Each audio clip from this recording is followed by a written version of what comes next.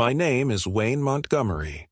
I am 82 years old, a retired postmaster from Omaha, Nebraska, and I live alone in the same brick bungalow where my wife, Eileen, and I raised our 2 children.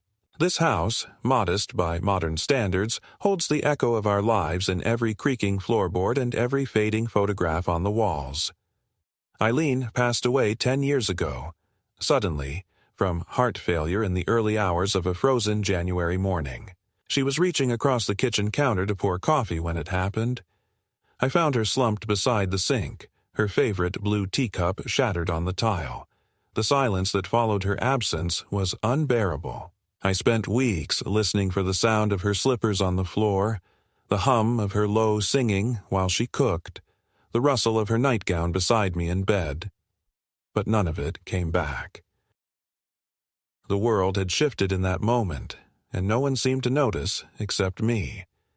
For a while, I tried to keep life as normal as possible. I got up every morning at 6, made the bed, prepared breakfast for 1. I still made her coffee, 3 teaspoons of grounds, 1 cup of water, and a tiny dash of cinnamon, the way she used to like it, though I never drank it. It felt like a small tribute, a ceremony for the dead that no priest could perform. I kept her clothes in the closet, laundered and hung neatly, as if she might walk through the door at any moment and ask why the hallway was so cold. But the hallway stayed cold, and the door never opened. The children came less and less. My son Brett, now 54, lives in Des Moines with his wife and 2 sons and works in real estate. My daughter Michelle, 51, lives right here in Omaha, just a few miles away, but I might as well have been in another state. She's busy, she says, managing a local insurance office, dealing with her teenage daughters, trying to keep it all together.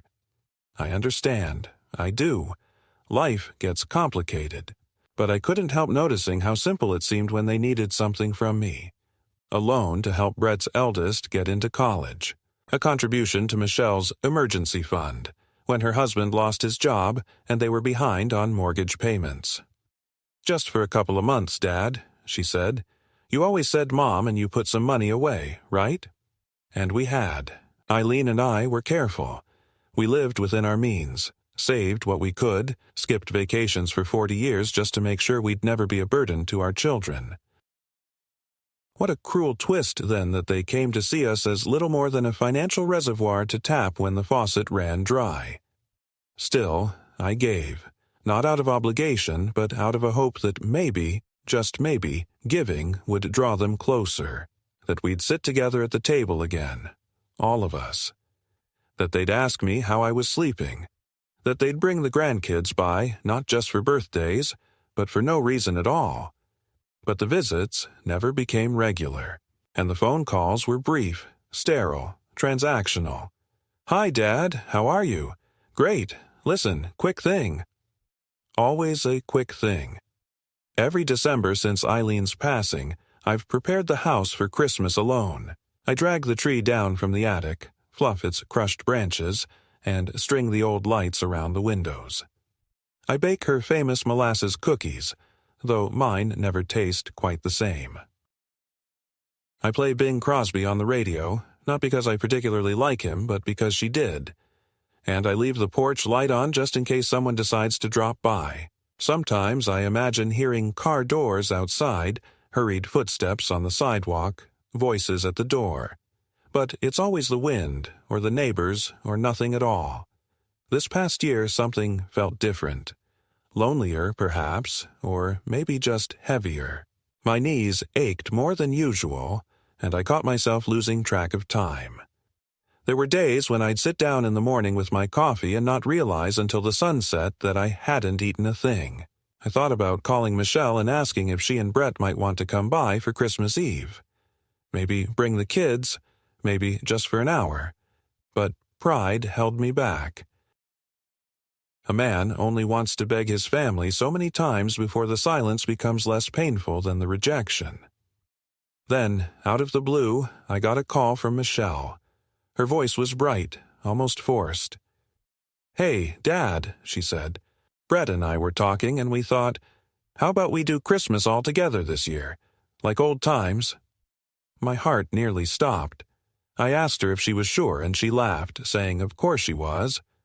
"We'll come to your place," she said. "Bring the food, the kids, everything. You just relax. We've got it all covered." I thanked her, probably too many times, my voice cracking just a little.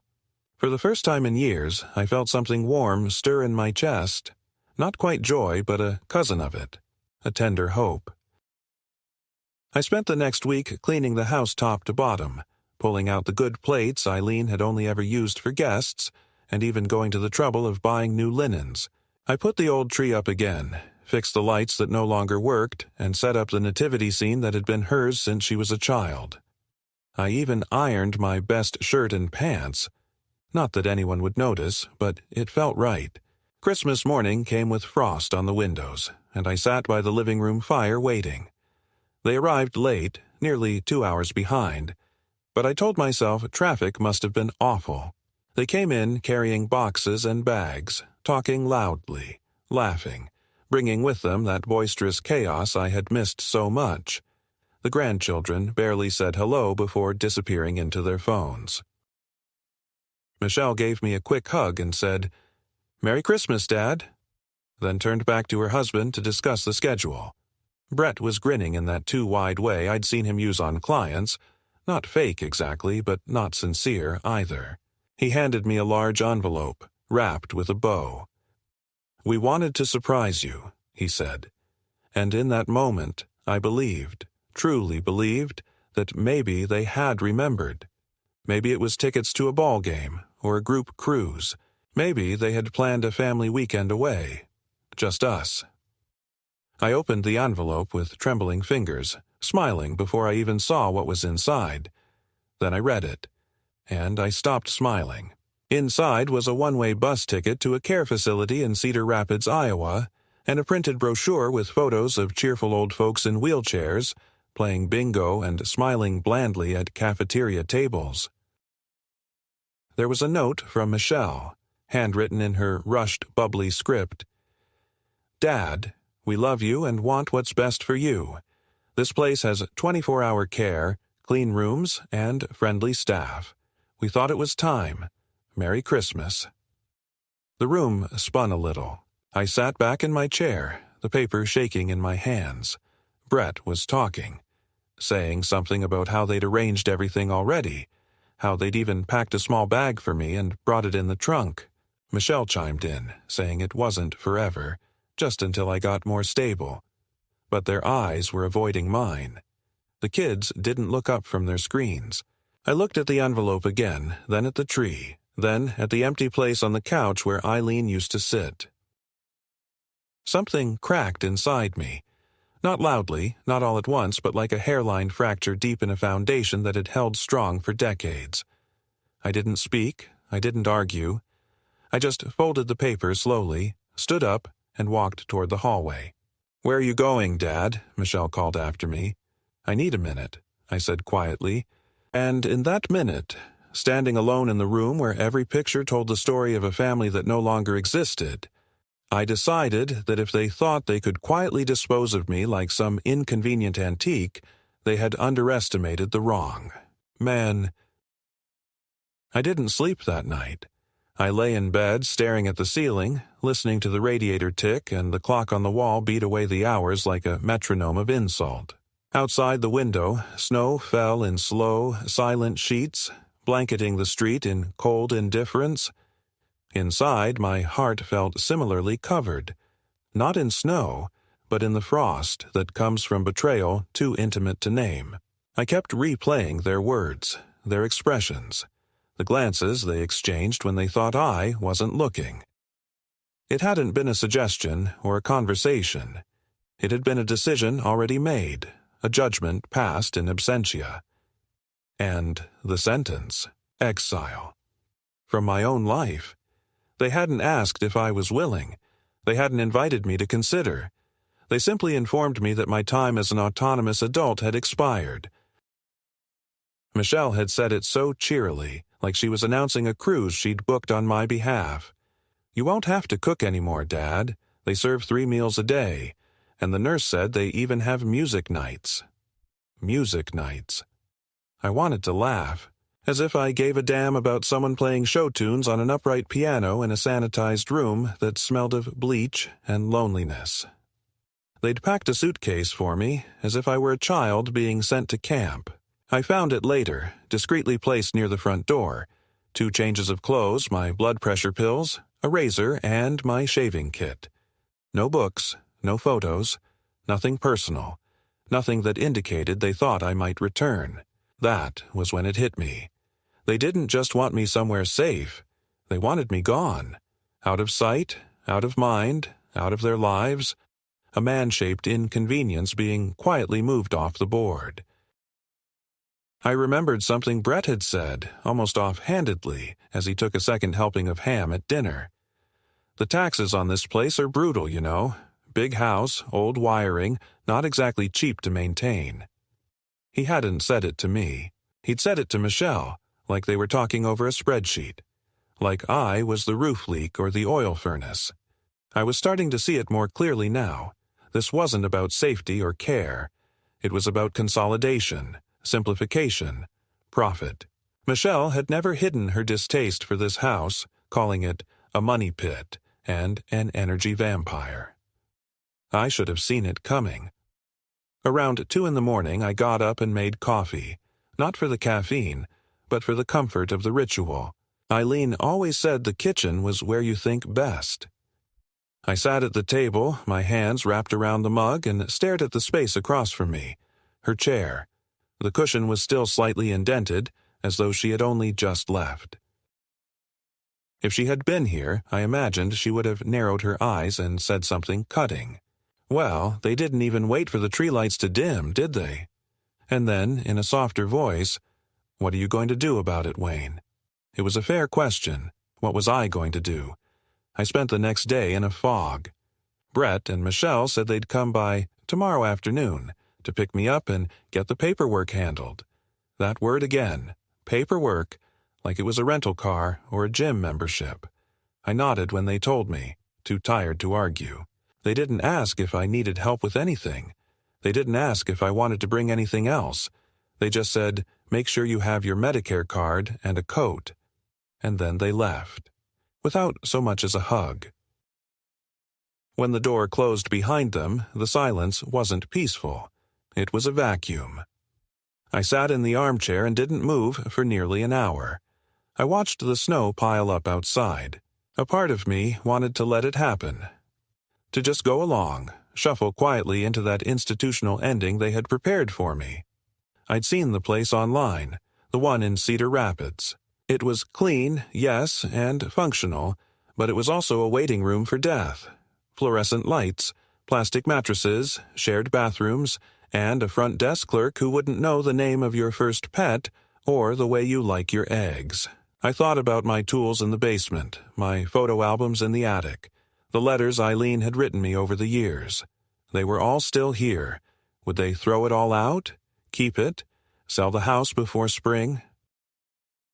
The more I thought about it, the more a slow-burning anger began to rise. Not the hot, explosive kind. I was too old and too tired for that. No, this was something deeper. A settling of moral weight in the gut. A realization. They had forgotten who I was. They thought my age had stripped me of memory, of awareness, of will. But I remembered plenty. I remembered when Michelle had broken her wrist falling off her bike and I had carried her half a mile to the hospital. I remembered when Brett had his first panic attack before college finals and I sat with him all night, telling him stories from the war to keep him calm. I remembered every night Eileen and I stayed up talking about our hopes for them, how we wanted them to grow into kind, decent people who'd never feel abandoned in this world. Had we failed? I sat there, clutching the mug, until the sun came up. And then I knew. If this was to be my last Christmas in this house, then it would not end the way they planned. They wanted to hand me an ending, but I had one more chapter to write. I wouldn't let them close the book on me. Not like this. That morning, I called someone I hadn't spoken to in years. Frank Dietweiler, an old army buddy turned estate lawyer who still owed me for covering his tail in Busan during the summer of '52. He picked up on the second ring. "Montgomery," he said, half in disbelief. "What in God's name?" "I need help," I said, and told him everything. Frank didn't interrupt once. When I finished, there was a long silence. Then he exhaled sharply and said, "Jesus Christ, Wayne. I knew your son was a weasel, but this is criminal." He asked about my accounts, my property deeds, my will. I told him where the papers were. He told me to scan what I could and email them. I could hear the clatter of his keyboard before we even ended the call. "Give me a day," he said. "I'll draw up something that will make their hair stand on end." I felt lighter after that call, though not much. What lay ahead wouldn't be easy. I was not a rich man, but I wasn't destitute either. And what I did have, this house, my savings, my name, were still mine. They would not be stripped away without a fight. That evening, Michelle texted to confirm they'd be picking me up at noon tomorrow. I wrote back, "I'll be ready." And I would be. Just not in the way they expected, because I was no one's burden. I was not a name on a chart or a seat in a van. I was not a figure in a spreadsheet or a medical liability. I was Wayne Montgomery, son of William and Rose Montgomery, husband of Eileen for 46 years, father of 2, grandfather of 4, and a man who had once crossed an ocean in uniform to serve a country that now saw him as disposable. If they wanted to cast me aside, they would have to do it the hard way. I would not go gentle into their good night. Not when I still had something left to say. The next morning began like a funeral procession. I woke at 5, though I hadn't truly slept. The alarm hadn't gone off. My body had simply given up pretending there was more rest to be had. I rose slowly, the weight of the hours ahead pressing heavily on my joints.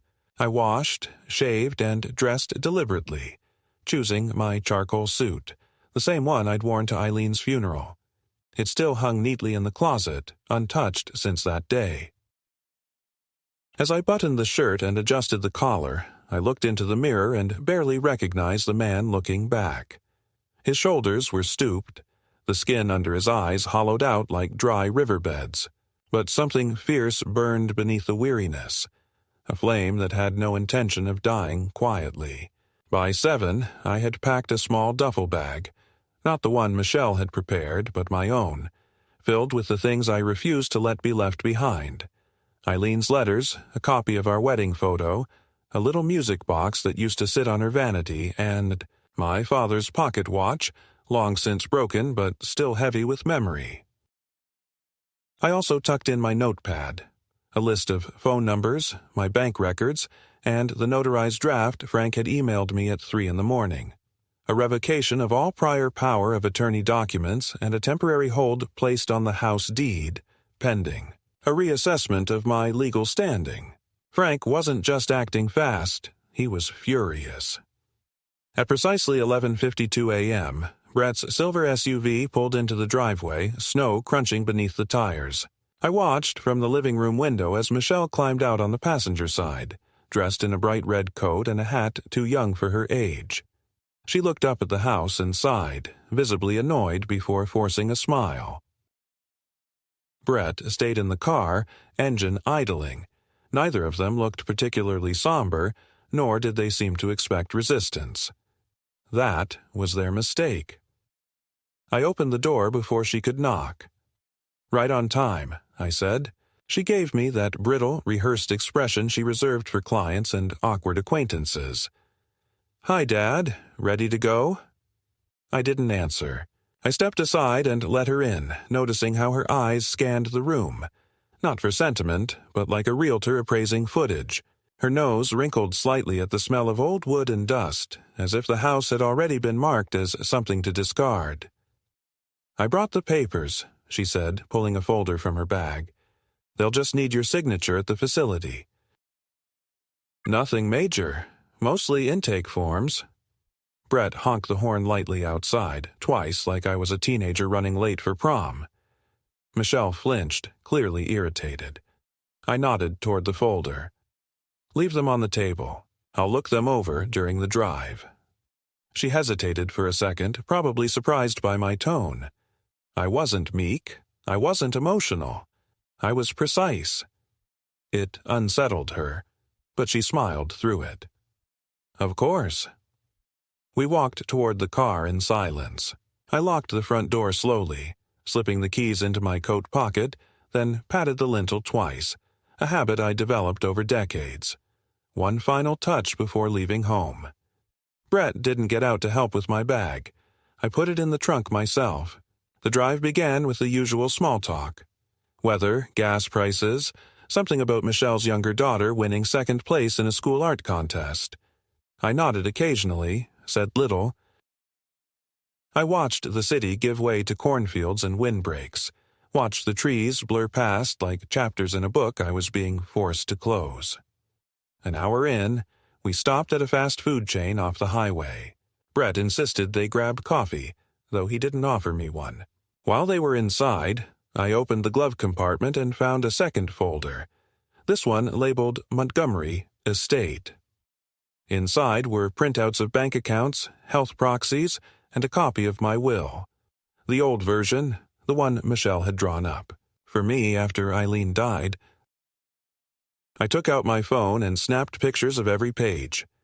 When they returned, Michelle handed me a lukewarm tea, unasked for. I took it with a nod, then asked, "You been planning this long?" She blinked. Planning what? This trip, the facility, the papers, my removal. "Dad, don't be dramatic," she sighed, taking her seat again. "We've just been worried about you. The stairs, the isolation, your memory." "My memory's fine," I replied evenly. "Sharp enough to remember you said you'd never make decisions for me without a conversation. And yet, here we are, in the car, with signed forms, with a suitcase I didn't pack." She colored. "We're doing what's best for you." "No," I said. "You're doing what's easiest for you." For the next hour, no one spoke. Brett turned up the radio. Michelle typed furiously on her phone. I closed my eyes and pretended to nap, even as my mind raced. At a rest stop, I excused myself and called Frank. He told me he'd already initiated a temporary freeze on my primary checking account and was preparing a cease and desist letter to be sent to both Michelle and Brett regarding unauthorized financial activity. "You'll be protected," he said. "I'll make damn sure of it." By the time we crossed into Iowa, Michelle was beginning to squirm. She asked me again if I was feeling all right, if maybe I was nervous. I told her no. I was simply quiet. Brett made a joke about how the old man was probably scared of bingo. I didn't laugh.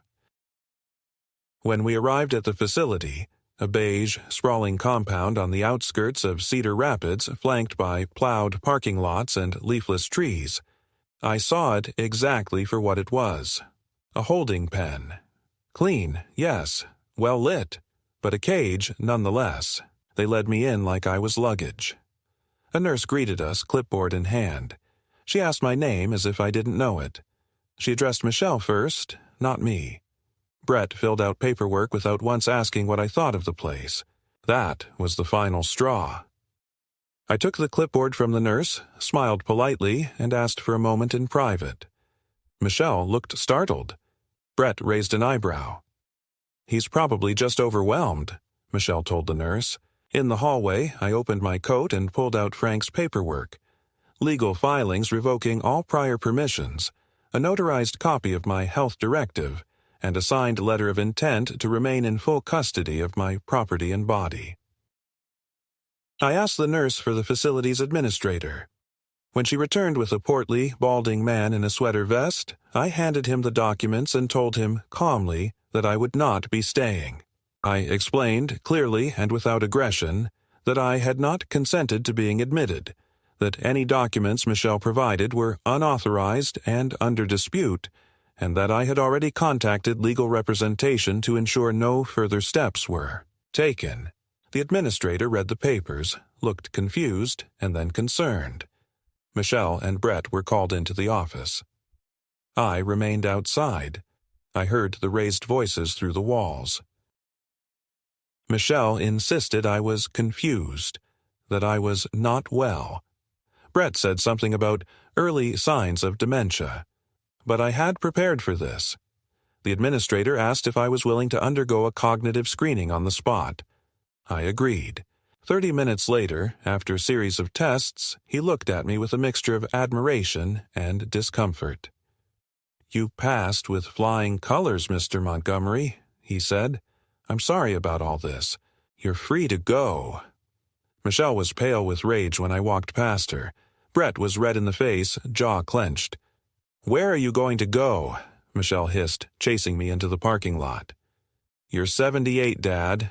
You can't just live alone forever." I turned to her and said, "Then I'll die on my own terms, not locked in a room that smells like bleach, playing checkers with strangers." I walked away without another word.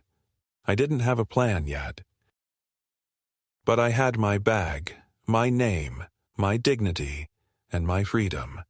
That was more than enough. And as the snow began to fall again, silently coating the world in white, I felt the first stirrings of something I hadn't felt in a long time. Purpose. I walked for nearly an hour through the quiet outskirts of Cedar Rapids, dragging my duffel bag behind me, the wheels catching on patches of frozen slush. The sun was already beginning its slow descent, casting a pale orange glow over the flat, wind-swept streets. My breath came in short bursts, and the cold settled into my knees like wet cement, but I pressed on. With every step, the absurdity of what had just occurred began to transform into a grim, steady resolve. I had been escorted to a nursing facility under the guise of love, only to be abandoned with forged consent and false concern. Michelle's voice still rang in my ears, her manufactured indignation, her lines rehearsed too well. "We just want what's best for you." But the truth was simpler. They wanted control of my assets, my home, my accounts, my name. And when I didn't relinquish them willingly, they tried to outmaneuver me. Eventually, I found a diner with a neon "open" sign flickering in the window like a heartbeat. Inside, it was warm and mostly empty, just a few truckers nursing coffees and a waitress wiping down the counter. I sat at a booth near the back and ordered a hot tea, then pulled out my phone and called Frank again. He answered on the second ring, his voice sharp, alert. I told him what had happened, every detail. He was silent for a long moment before speaking. "We need to escalate," he said. "I suspected they'd pull something like this, but not so soon. They're trying to get legal guardianship over you, Wayne, probably hoping to use some half-baked evaluation from a nursing administrator or get you to sign something under stress. They already tried. I refused everything." "Good. That gives us time. I'll contact the court clerk in Omaha and file for an emergency injunction, preventing any further decisions about your person or estate being made without a hearing." "And the house? We'll deal with the property next," he said. "But for now, I want you safe. I can book you a hotel near downtown Cedar Rapids under my firm's name. It'll be discreet. Just lay low for a few days." I hesitated. "Frank, they're not going to stop, are they?" "No," he said flatly. "They've shown their hand. Now we show ours." I hung up and sat in silence, watching my tea grow cold. I thought about how many times I'd swallowed my doubts, how many times I'd made excuses for Michelle, for Brett, for their absence and their distance. I'd called it busyness. I'd called it adulthood. I'd told myself they loved me in their way. But what had they really done in the last 10 years besides drift further away and come close only when money was involved? And now that they'd realized I might not live forever, that the inheritance wasn't guaranteed until they had control, they'd made their move. And what hurt the most wasn't the manipulation. It was how easily they had justified it. How quickly they'd transformed a father into a liability. Frank booked the hotel, and I checked in just after nightfall under the name M. Edison, a reference he and I had used since the war. I paid cash for everything else, meals, cab fare, even aspirin, leaving no trail they could follow. The room was small but clean, with a firm bed and a desk by the window. I sat there for a long time, staring out at the city below, my hands still trembling slightly, though whether from cold or fury I couldn't say. The next morning, Frank called again. "I spoke to a judge," he said. "We've been granted a temporary restraining order. That means they can't file anything about your competence or finances until we have a hearing, and we'll demand an independent psychological evaluation as part of the process. That will buy us a couple weeks at least." "Good," I said, "because I want to go back to Omaha. I want to see the house." There was a pause. "Wayne, I won't go inside," I said. "I just need to stand on the sidewalk. I need to remember what I'm fighting for." He didn't argue. He understood. He arranged transport, a discreet ride-share from a trusted contact, and I returned the next day. I didn't call Michelle. I didn't call Brett. I didn't want words. I just wanted the silence of my own street. When I arrived, snow covered the lawn like a burial shroud. The lights in the windows were off. A wreath hung crookedly on the front door, as if someone had tried to maintain a semblance of cheer but couldn't be bothered to do it properly. My breath fogged the air as I stood there, hands in my coat pockets, looking up at the house Eileen and I had built together. Not brick by brick, but with birthdays and scraped knees and Christmas lights and Sunday dinners. That house was more than timber and tile. It was our life, our sanctuary. And now it was a bargaining chip. I stayed for only 10 minutes. That was enough. Enough to feel the ache.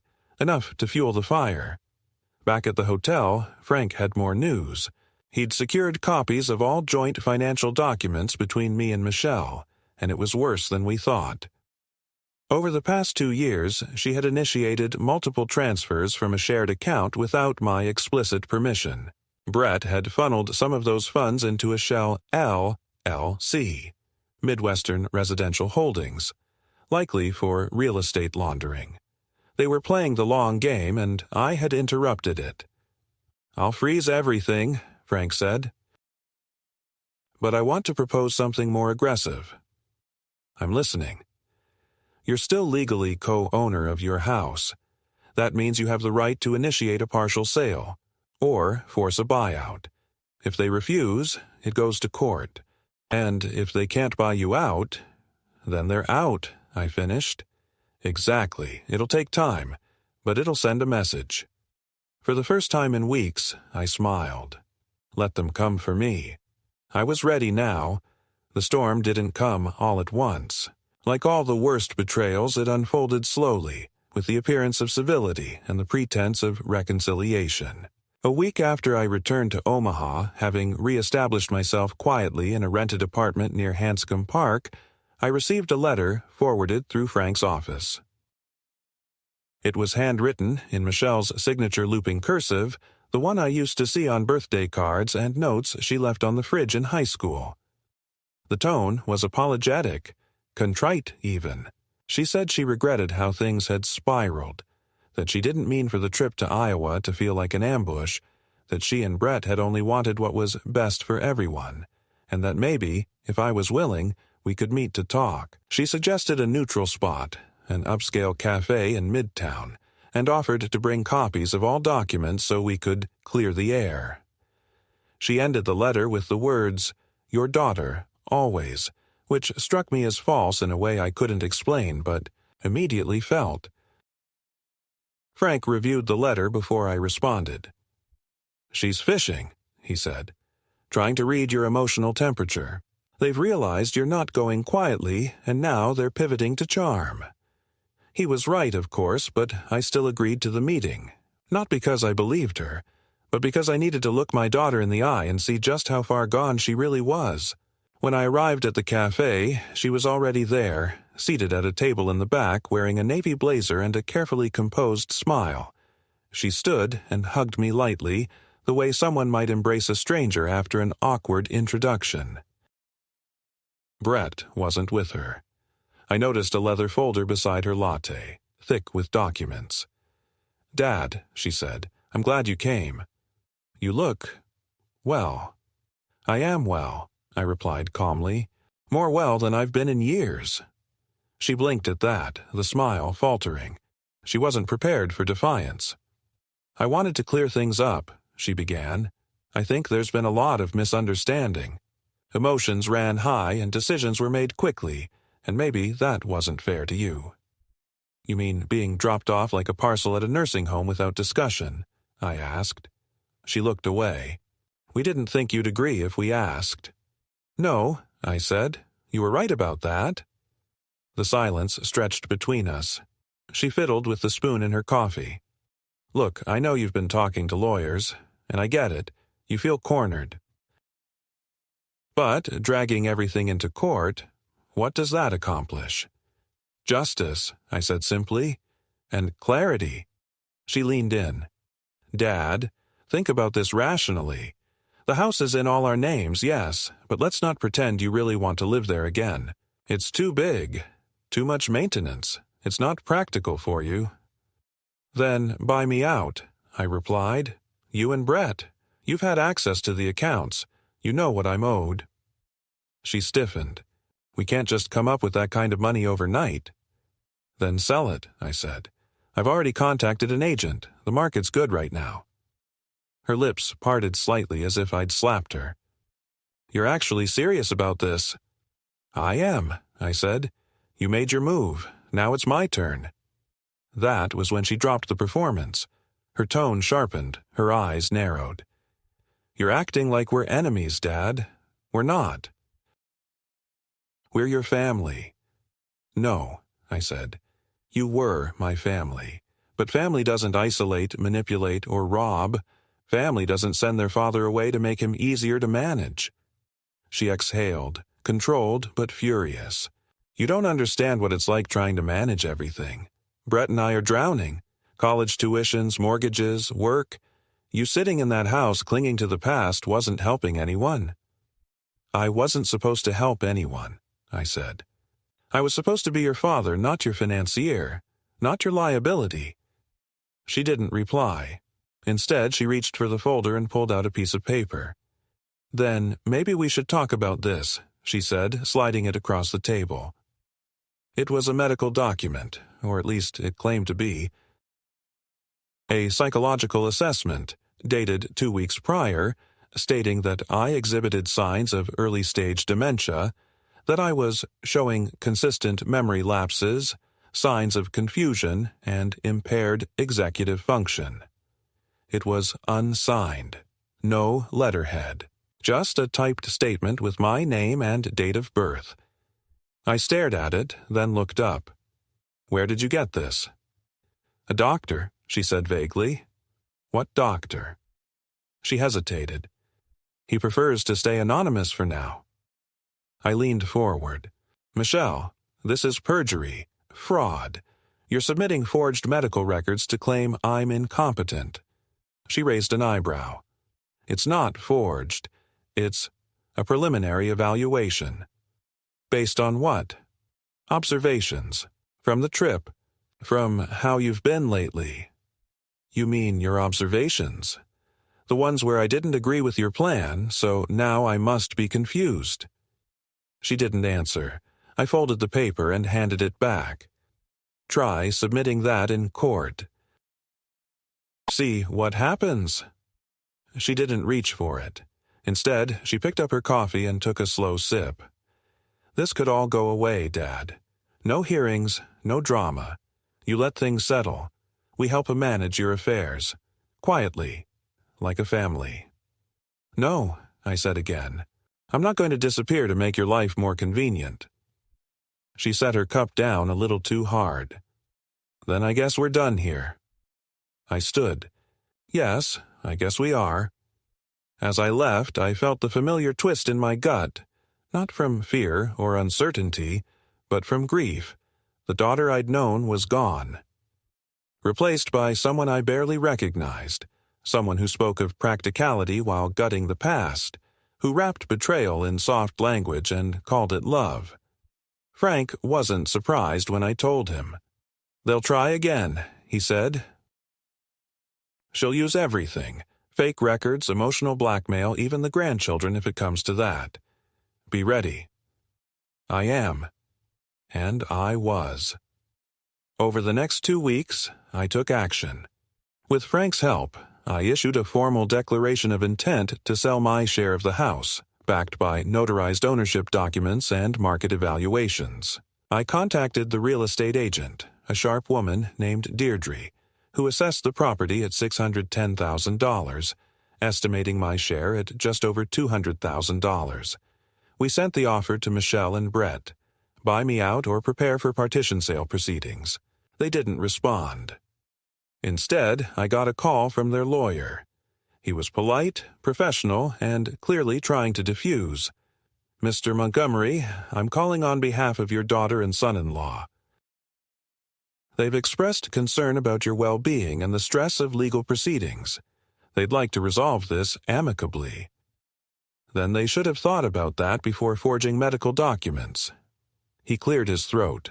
"There's no evidence of forgery, only misunderstanding." "There's also no legal basis for incompetence," I said. "I've already undergone 2 independent evaluations. Both cleared me." He hesitated. "I'm not here to argue. I'm here to suggest compromise. Then suggest they vacate the house and list it." "I'll relay your message," he said. Click. The next week, I filed the petition in court. Partition sale by judicial order. Deirdre prepared the listing materials. Frank filed additional paperwork freezing Michelle's access to our joint accounts and challenging recent withdrawals. Meanwhile, Brett attempted to counter by claiming a larger financial stake in the home due to renovations he had supposedly paid for. He submitted receipts for appliances and furniture, but Frank anticipated that too. Every cent I'd contributed was documented, and his renovations turned out to be a new barbecue grill and a subscription to a lawn care service. By now, it had gone beyond property. It had become something else, a war over memory, over dignity, over the right to define the final years of my life. And I wasn't going to lose it. Not to my own children. Not like this. The morning of the final court hearing was gray and thick with anticipation, the kind of Nebraska winter day that hangs heavy in the air like a verdict waiting to be read. I didn't wear a suit. I wore what I always wore when something mattered, an old wool coat that had seen 2 decades, polished shoes Eileen once insisted made me look like a senator, and a burgundy scarf she knitted during the winter of '87. I wanted to carry something of her with me because I knew, whatever happened inside that courtroom, this moment was about more than money or property. It was about the erosion of dignity, and the quiet stand a man sometimes must take when he has nothing left to lose but the shape of his name. Frank met me at the courthouse steps.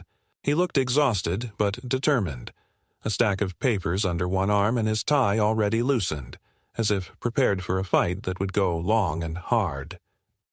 "They'll be here," he said, "with counsel. But we've got the evaluations, the banking records, the deed history, and the fraud letter on standby. Just speak clearly, calmly. Let me do most of the talking." I nodded. There wasn't much else to say. Inside, the air smelled like copy paper and old carpet. A bailiff checked our names, and we were ushered into a modest courtroom, fluorescent lights buzzing faintly above rows of wooden benches and a raised dais where the judge sat, adjusting her glasses and flipping through the docket. When Michelle and Brett entered, they did so quietly but confidently, each dressed in navy and gray, both avoiding my eyes. Their lawyer, a tall man with a soothing voice and a thin silver laptop, conferred with them briefly before taking a seat beside ours. The judge began promptly. She reviewed the matter: property dispute, co-ownership conflict, competing claims of financial misconduct, and medical status. I was asked to stand. I did. I answered the judge's questions clearly. No, I had never consented to permanent placement in a nursing facility. No, I had not signed over power of attorney to either child. Yes, I had funded the down payment on the home, with the agreement I would be a legal co-owner. Yes, I had been subject to an attempted forced relocation, and yes, I had passed all psychological evaluations verifying full cognitive capacity. My voice didn't shake. My hands didn't sweat. I felt like stone, a man standing in his own ruins, unwilling to move. Michelle's lawyer countered with politeness veiled in acid. He cited emotional strain and family concern. He presented a statement, unsigned, from a family friend claiming I had shown confusion at church one morning months earlier. He spoke of love and responsibility and aging parents who resisted help. But he had no evidence, no declarations from doctors, no proof of impairment. When the judge asked about the forged medical note, he stammered. When she asked why I had not been consulted about the sale or my removal from the house, he shifted blame toward urgency and protective instinct. Then Michelle was called. She stood slowly, clasping her hands in front of her like a schoolgirl reciting an apology. Her voice was soft, deliberately uncertain.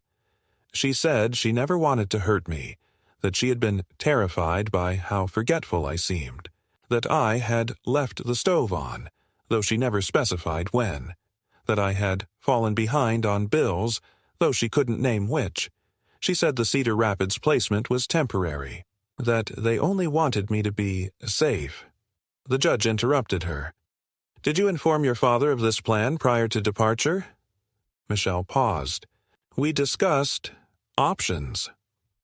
"Did you obtain a signed consent form from him regarding long-term care placement?" "No." "Did you attempt to secure a medical or psychiatric evaluation before making financial decisions on his behalf?" "No, Your Honor." The judge looked down at her notes, then at me. "Mr. Montgomery, have you incurred costs as a result of these actions?" "Yes," I said. "Legal fees, travel expenses, emotional distress, and I lost my home. Temporarily, yes, but it's not the same now." She nodded and asked Frank to summarize our request.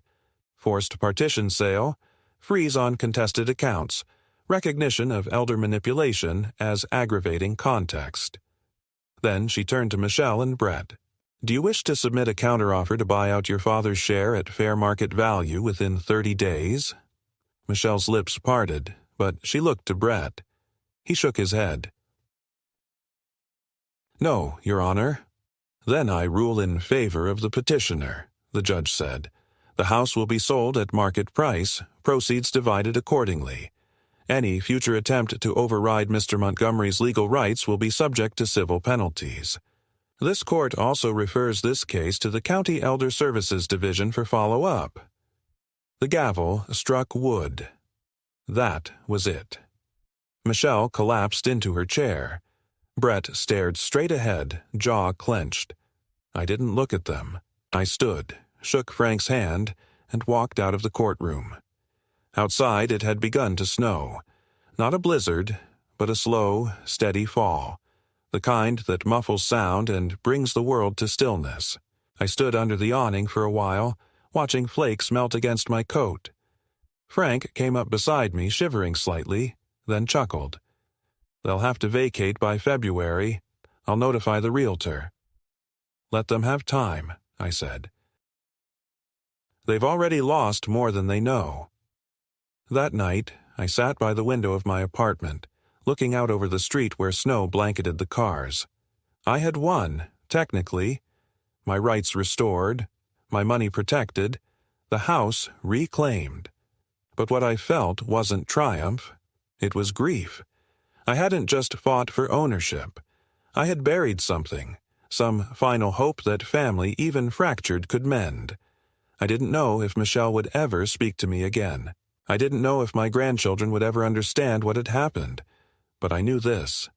I had not let them turn me into an invisible man. I had not allowed myself to disappear quietly into someone else's idea of closure. And for the first time in a long, long while, I felt something like peace. It took nearly 4 months for the house to sell.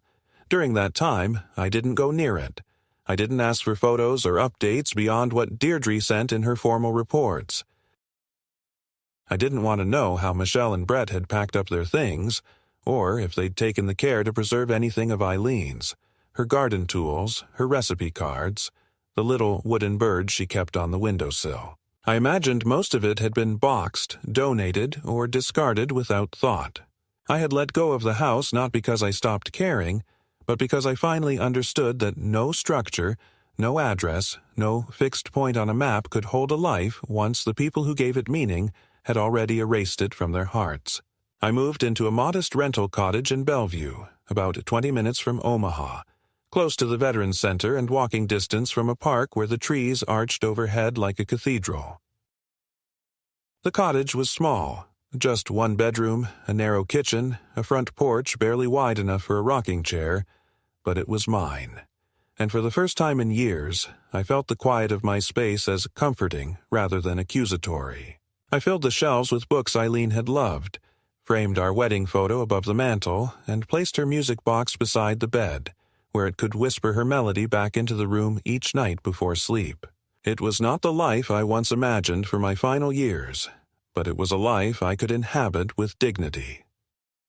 In April, I received the final disbursement from the house sale, $213,800.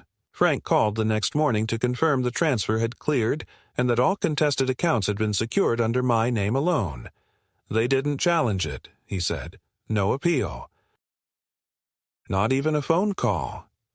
I thanked him, though the words felt insufficient. He had not only protected me, he had reminded me that there were still men in the world who didn't see aging as a forfeiture of value. With the money, I did something unexpected. I established a private fund through a local nonprofit, naming it after Eileen. The EM, Resilience Grant, provided small, confidential financial support to elderly individuals facing coercion, eviction, or guardianship abuse by family members. It wasn't large-scale. It wouldn't make headlines. But each time the coordinator sent me a note. We helped a woman in Fremont stay in her apartment this month. Or, a veteran in Council Bluffs used the grant to hire his own lawyer. It made the cold bitterness in my chest thaw just a little. Michelle never called. Brett sent a single email, brief, apologetic, vague in the way cowards often are. He said he regretted how things had escalated and hoped I was doing well. I didn't reply. I had nothing left to say to a man who watched his father be discarded like expired food and chose silence over resistance. As for my grandchildren, I occasionally saw glimpses of them on social media, their filtered lives awash of volleyball games, selfies, and TikTok trends. They did not reach out. Perhaps they had been told I was confused or angry, or maybe they simply didn't know how to face someone who no longer fit the image of a doting, passive grandfather. That hurt more than I expected, but I accepted it. You cannot force yourself into someone's heart once they have learned to live without you. I began volunteering at the Veterans Home twice a week, not as a patient or client, but as a reader, bringing in short stories, newspapers, and old war novels to men whose eyes had grown too tired for the page. We shared coffee, laughter, and sometimes tears. They didn't know my story, and I didn't offer it. It was enough to sit beside them, to exist in a space where history was honored instead of edited for convenience. One morning in May, while shelving books in the home's modest library, I met Lorraine. She was 81, sharp as a nail, with a voice like gravel and a habit of humming Patsy Cline under her breath. She had been a nurse in Korea, widowed young, and never remarried. We struck up conversations that became routine, then familiar, then comforting. She never pried. She never asked me what I had lost. She only ever asked what I remembered. One afternoon, as we sat on the bench beneath a willow tree behind the facility, she looked at me and said, "You know, Wayne, some people get broken because they're weak, but others get broken because they're strong for too long." I didn't reply. I simply reached out and held her hand. I don't know if that was the beginning of something, or just a kindness passed between two people who had seen too much. But it reminded me that life doesn't always give you closure in the form you expect. Sometimes redemption isn't reconciliation. Sometimes it's just finding your footing again and choosing not to disappear. I wasn't a perfect father, but I was a present one. I loved deeply, gave freely, and believed too long that love alone could hold a family together. When it couldn't, I didn't become cruel. I became clear, and maybe that clarity was the only gift I had left to give. On my porch now, there's a wind chime that plays the opening notes of Moon River, Eileen's favorite. I sit beside it in the evenings with a blanket over my knees and a cup of chamomile in my hands, listening not just to the music, but to the silence between the notes. And in that silence, I am not forgotten. I am finally free.